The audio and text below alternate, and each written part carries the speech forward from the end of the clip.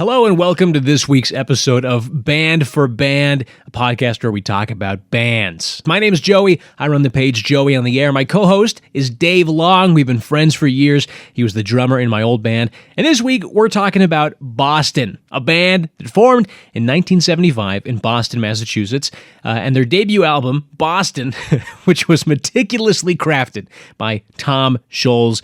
We're going to get into it. Thanks for tuning in. So, hey, welcome to the pod. I'm Joey. Hello, I'm Dave. I'm excited. We're talking about the band and the album, Boston.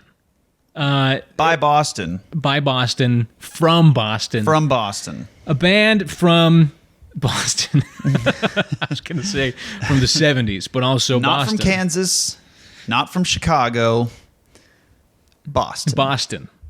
Well, I mean, only so many bands you could name after a city and have be cool, you know? It's true. You can't get away with Tallahassee as a band name. Actually? Hang on. Or St. George. St. George actually sounds kind of like a... Like St. Motel? Yeah, I was going to say it sounds kind of like a folksy, like indie group, St. George. Salt Lake City?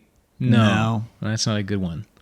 Honestly, I wouldn't have thought Boston worked as a band name. Like, I still kind of don't really think it works as a band name. So, Dave, I want to ask you, do you have any memories associated with Boston, the band, or the album? So many.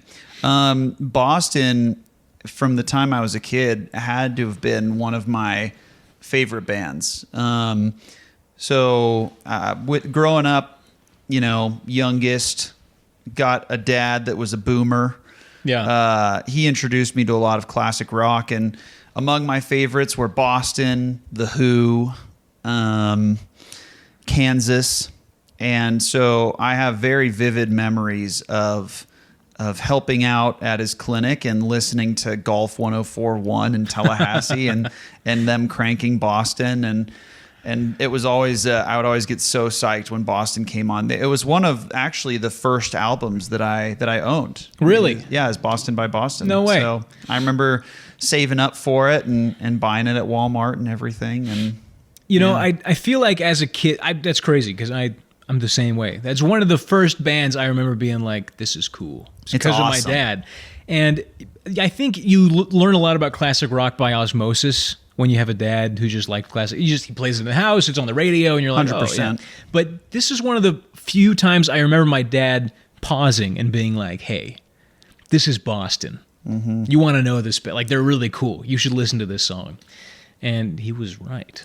Yeah. I think Boston was maybe the first experience I had where listening to More Than a Feeling, I was just blown away by the musicianship and like the place that it took me to. Yeah. Like a place of wonder. Yeah. Like with music. And it was maybe my first experience listening to More Than a Feeling that gave me that kind of wonderment associated with music. I feel like, I mean, you've heard these songs hundreds of times throughout your life, right? But every time they come on, if I'm like paying attention to it, it's still, I zone out. Like, just listening to the album before recording this, I put it on again and I was like, man, these are so good. It's such a good record. Back-to-back bangers. If I had to describe it in one word, this band, this album is masterpiece. Absolutely. It's a masterpiece album. It's easily a 10 out of 10. Every single song is a banger. I listened to it all the way through on the way here. And once it ends, you're like, dang, it's over? Like, yeah, it's quick. It's speedy. It's not a very long album, but also the enjoyment levels are very high. Mm-hmm. It gets you feeling good. Mm-hmm. When this would come on the radio, when I was like DJing, I mean, not really as much now because, well, I'll skip over this part. But it isn't. My radio software now doesn't play the song all the way through, just the beginning and end, which sucks. Our old software would. But anyway, whenever it would come on, I would just listen to the whole thing. I don't do that with most of the songs that we play. But whenever, like, Smokin' would come on, I'd be like, hang on, let me take a minute. Let me take a beat. When you played foreplay on the radio, did you always have to play the shortened version, the radio where it cuts out the... Oh. We'd always cut out foreplay and just play long time. Man, foreplay is maybe my favorite. Did you know? Maybe The first you did. thing. The first one he wrote. First one he wrote, Yeah. and like I think it was in '69. Mm-hmm. Crazy, but yeah, it's interesting how you can just hear the completeness of the album in Boston, and how you can hear with Foreplay, you can hear all these different like influences that he went through. Like Tommy probably came out like sometime around then, right? By The Who. I'll look that up really quick. That was like 1970 something. 70 or 71? 69. Oh. Wow, I'm good. I spot on. So, like, I'm sure that, some of those crazy, like, synth and organ and the concept album, because Tommy was the first, like, real, like, rock opera kind of concept album that came out, right? And I think that that was a pretty heavy influence on Boston. People always say, like, when a band drops a really good debut, that you have, like, your whole life to write your first album, and then you have, 2 years to write the one after that, right? And so a lot of times it's hard to stack up to your first record. And I think Boston maybe suffered from that a little bit. We're not going to talk about their later stuff, but... Yeah, we're just talking about Boston. Just talking about Boston. By Boston. So the story behind this album is, I think... the main thing I want to talk about today, because I think it's really inspiring, and I think it's such a cool, like, very singular story in rock and roll history, and maybe it's been talked over to death, but here's our It's an inspiring story. Yeah. It's one of the few. Normally, I'm not a huge fan of like music biopic movies. Did I say that word right? Biopic. That's a weird word. Yeah. Biopic. That sounds like a medical procedure. Yeah. Like biopsy. But normally I'm not a huge fan of them, but this is one that like should be a movie. So Tom Scholz was a student at MIT in the city of Boston. And he was studying, I don't even know what, something. Mechanical engineering. Thank you. Which then led to him getting a job at Polaroid. He had a master's in mechanical engineering from MIT. That's when he got into music, like many great musicians, present company included. He started a band in college. That's when he met his main buddies, like Barry Goudreau and Brad Delp, I think. Anyway, Brad Delp was the main homie that helped out with it. Yeah, he was the main singer.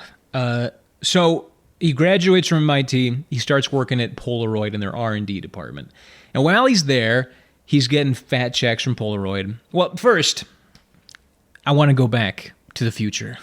So nowadays, it's like very commonplace for people to record music by themselves, right? The equipment, it's not hard to get into it. Don't get me wrong, you have to buy stuff, you know what I mean? But if you got GarageBand, you can start making music today. Yeah, very low barrier to entry. You could crank out a SoundCloud rap album.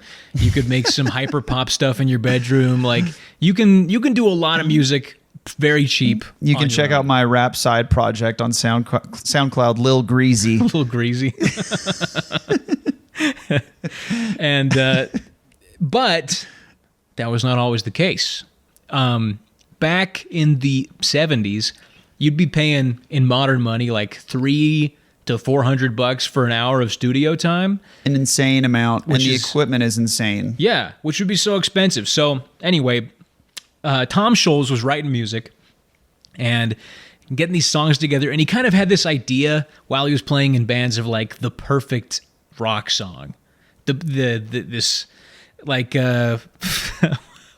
like Plato talks about the ideal forms of objects, and there's like a guitar, and it's like it's casting a shadow in the cave, and it's like, is the guitar real or is the shadow of the guitar? So he was basically the Plato of music. He was thinking about this platonic ideal of the rock song.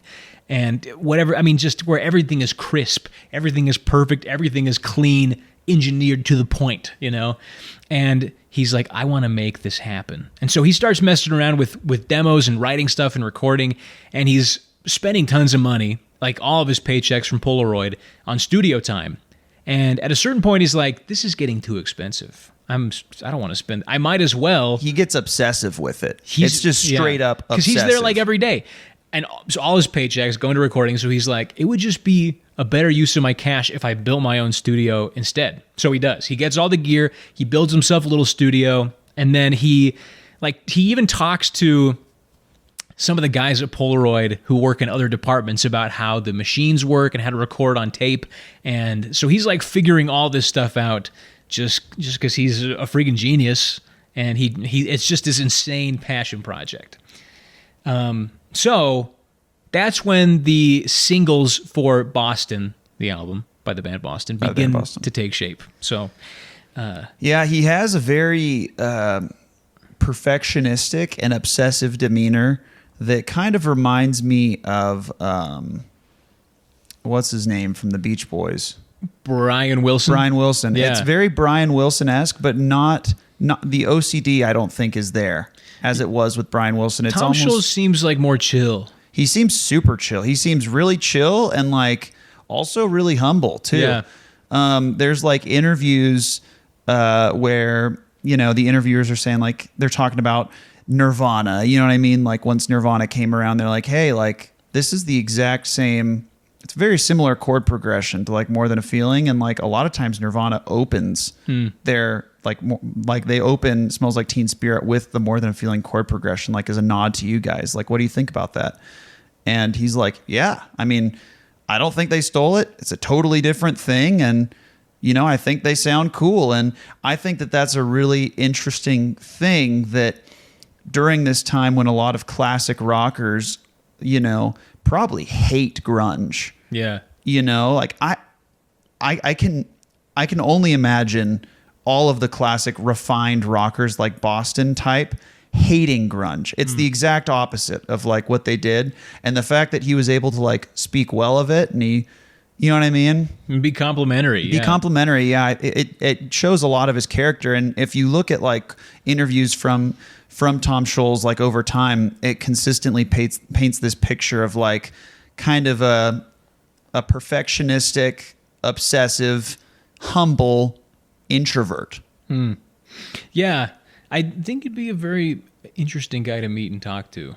But it's crazy because you contrast that with like how monomaniacal he was about putting this album together. And so like he starts writing these demos and puts together like 5 or 6 song demo tape, and every single instrument he plays, besides except for drums, the drums, which were Jim Mazdia, and the vocals, which are Brad Delp, right?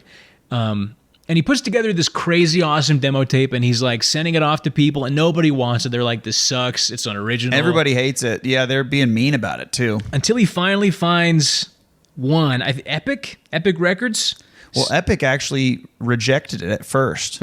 So they rejected it, and then there was something that happened where one of Tom's friends was listening to it, and then like a higher up at some record management company, not record company, but some music management company, like hears it, and it's like, it's so funny because it's like the classic like joke where it's like, oh yeah, this is good music, you know, who is this? Like in the age where that could still happen. Like, let's make you famous, kid. You know, like it actually does happen. It gets in the hands of like somebody that's not like a receptionist at Epic. And then he takes it to the higher ups at Epic, and they're like, yeah, this is awesome. Let's sign this. But they do have some conditions where they're like, here's the thing. You got to kick out the drummer, Jim Mazdia. Yeah, he wasn't good enough. And we want you to re-record this in a professional studio.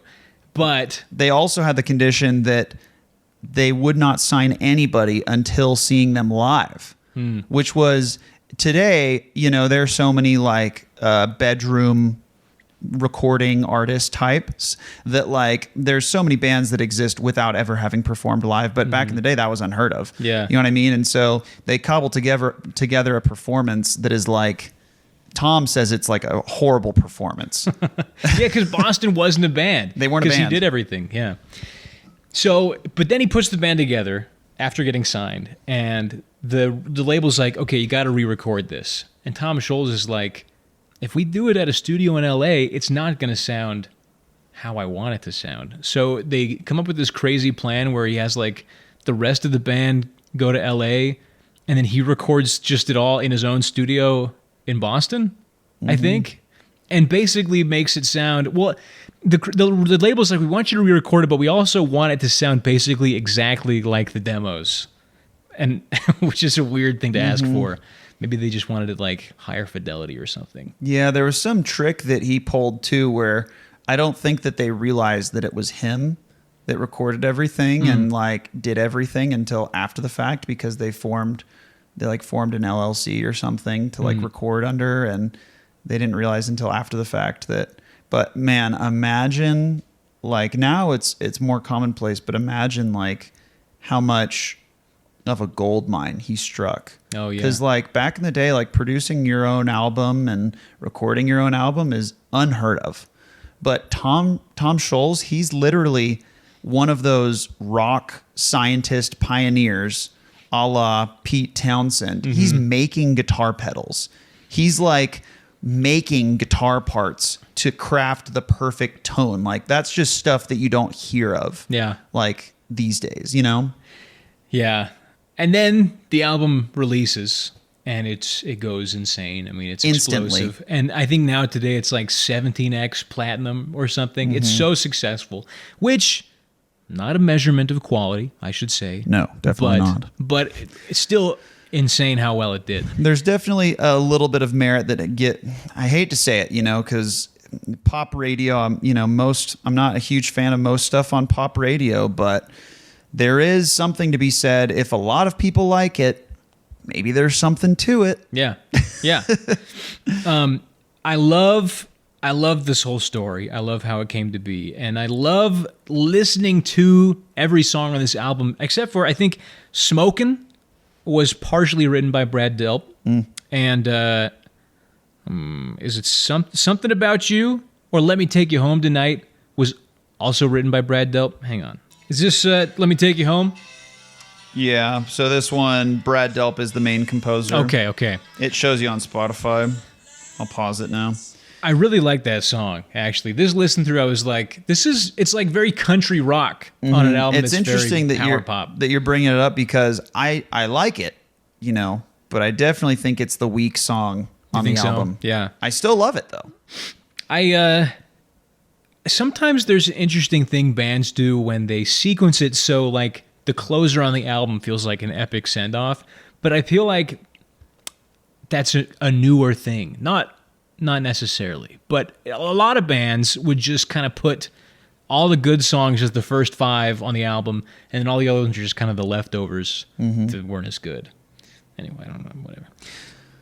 More Than a Feeling was like one of the last songs that was written for this album, though, which is interesting. Yeah, because it's a great kickoff. More Than a Feeling kind of was the leftover song that was thrown on. All right, it's time for this week's record giveaway. We're giving away a vinyl copy of the album Boston by Boston. If you want it, go to the link in our bio. Just go to our Instagram page @BandForBandPod. Click on the link in our bio and fill out that form. This week's keyword is Brad. Send us the keyword Brad along with your email and whatever else is on that form for your chance to win a record. This contest is going to be live for 48 hours after this episode drops, so go to that link in our bio. Use the keyword Brad, all caps, and good luck. Hope you win that record. So this album, how would you describe the sound? This is probably...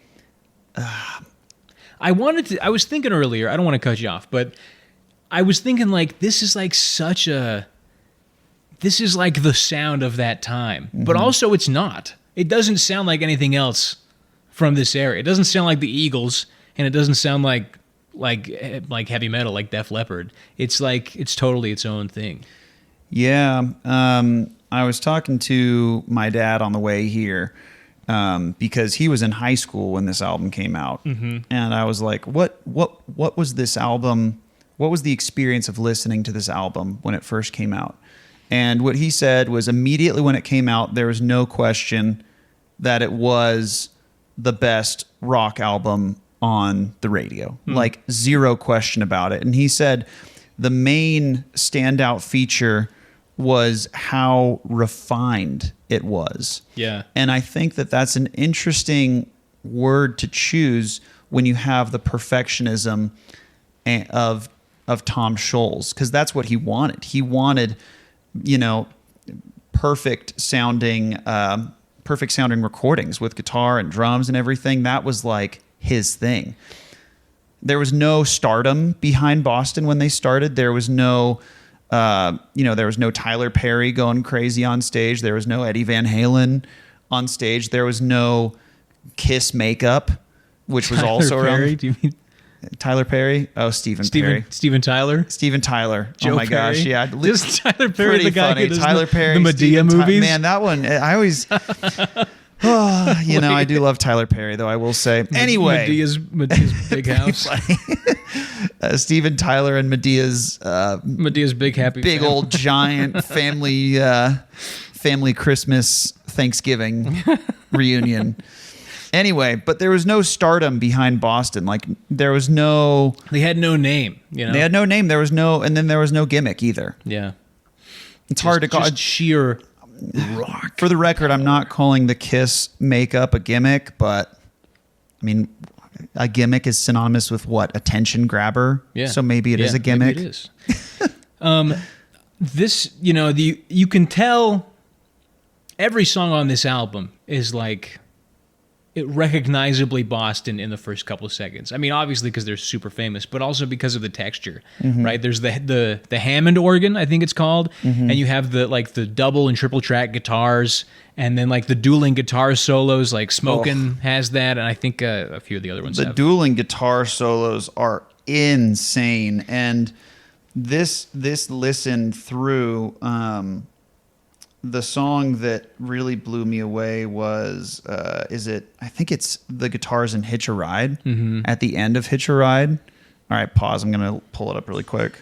So yeah, the guitars, the dueling guitar in Hitch a Ride, just like, especially this listen through, that second half of Hitch a Ride, just, transcends me. Makes me feel like I'm on the album cover, getting UFO'd by a guitar. It almost feels like kind of silly to be here in 2025, like two Gen Z millennial guys talking about how good Boston is, because it's like, everyone knows, But it's just, it holds up so well. I was thinking, though, if this came out today, I don't think it would make any waves, because it'd be like, it sounds old. But do you think people would say it's overproduced? Like, there's too much production on this album. It's too clean. Definitely not. So when I think of overproduction, I think of, like lots of sounds in a song. Like if it's a guitar-based song and there's like a million bass drops in it and there's like a million like electronic noises, like that's a lot of production. Like metalcore bands. Yeah. A lot of heavy production. And but this is just pure musicality. Like this is just musicality at its finest. I don't think that it's possible for bands of this era to be overproduced. I mean, 80s, I then think we're getting into 80s, overproduction. Yeah. But the 70s, I mean, it's like once all the guitar-based clean, bands start going to synth and electronic stuff, that's like Sparks. Once they enter into their like electronic era, that's overproduction. Yeah. It's overproduction I like, though. There's some like electronic sweeps and stuff in this album too that feel very rich. I mean, this time, well, I don't know. I think the topics of the songs, More Than a Feeling, so good.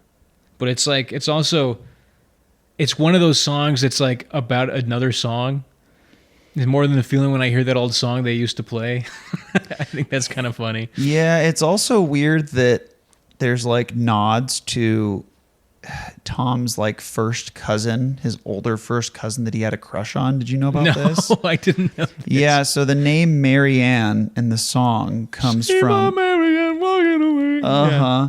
It comes from his older cousin, his older first cousin, I'll have you, that at the age of 10 years old that he had a crush on.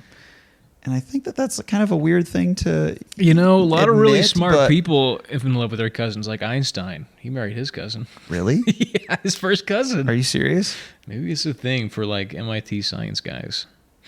And and people in the deep South. It's two ends of the bell curve. Just kidding. We love everybody on this podcast. Then I think the song "Peace of Mind" to me feels very autobiographical, because the idea of the song is everyone's grinding, everybody's hustling, trying to get ahead in the business world, trying to, blah, blah, blah, make all this money. But like, I'm not interested in that. I just want peace of mind. I just want to rest. I just want to make a life that I feel proud of.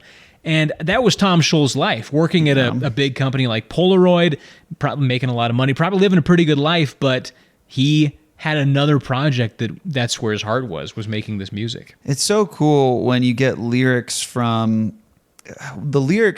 his life, like at this point, really paint a very clear picture of where he was at. He keeps, in all of the songs, he keeps coming back to this idea that he doesn't care about the corporate ladder, that he wants to build a life of meaning, like you're saying, and peace of mind is just having peace of mind, not even like, having this uber successful thing like he did with Boston, but just the fact of having peace of mind is something that's priceless. Yeah. And it's so cool. And then, in the next album after this, topic for a different day, but once he's achieved success, what's the hit album, or what's the hit song off that album? It's Don't Look Back.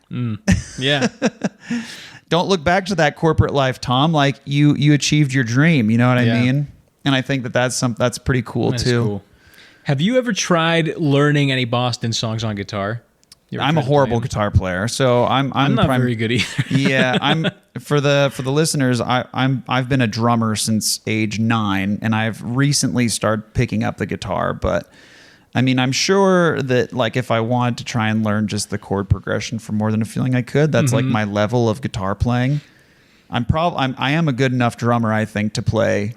If I spent the time to like learn any of the drums on the album. I'm a pretty amateur guitar player too, all things considered. Even though I've been playing for a long time, I don't practice as much. It's okay, man. Your passion. But I love it. Last year I got into this phase for a couple months where I was like, I'm going to learn the guitar solo from Smokin'. Wow. And I couldn't do it. That's bold, dude. It was so hard. Yeah, I think I should have stuck with it, but it's pretty technical, and there's some really fun little flourishes in there. It's little tizzies. It's a great solo. Very respectable guitar work from Tom and Barry Goudreau. Who's the other guitar player? How about Brad Delp's singing?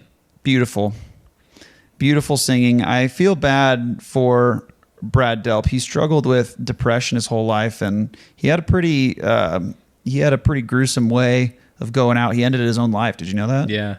Was it like carbon monoxide poisoning and the press, man, sometimes they just really, it hurts me when the press will say things to get views without considering the human element. So Tom actually sues for defamation to, I can't remember which news outlet it was, because they said, do you think that the reason that he killed himself, or maybe you got to use a different, I guess it doesn't matter on a podcast, but do you think that the reason that he ended his life was because of disagreements with you on Boston? Like they tried to like make it into an inner band conflict story. An inner band conflict story being the reason that like Tom's best friend ends his life. Like, are you joking? Like, sucks a lot. And instead of, I don't think that Tom went off on like any kind of tirade, like raging against it, but in his classic calm, cool, collected, humble manner, he just sues for defamation. And he's like, yep, not going to take it, not gonna take the bait. Yeah. It is very sad. And he was a very, very gifted vocalist. And I think he sings, it fits the album so well, I mean, maybe I'm just saying that because that's what it is. I've been hearing it my whole life, but I don't know. He's got that like 70s, 80s timbre in his voice. I don't even know. It's just kind of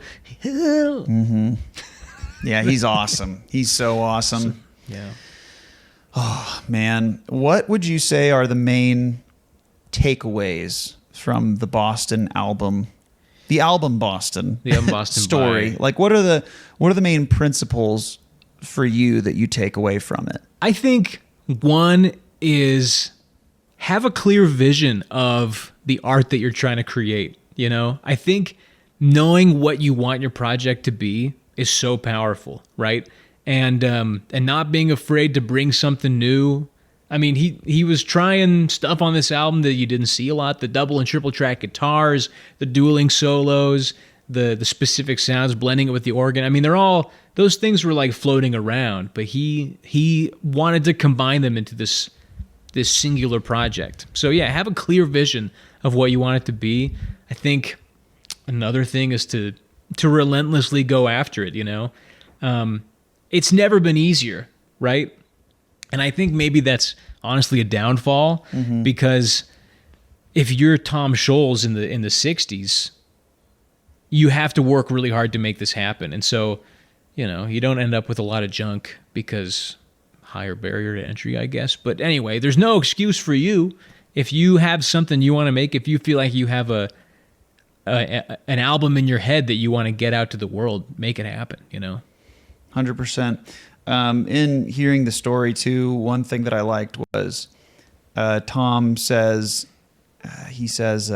well, you know, when I got home from work every day, like I realized I was just kind of watching TV, and I had like something I wanted to create, and you know, I realized that all that time I was spending just watching TV like wasn't worth it. Yeah.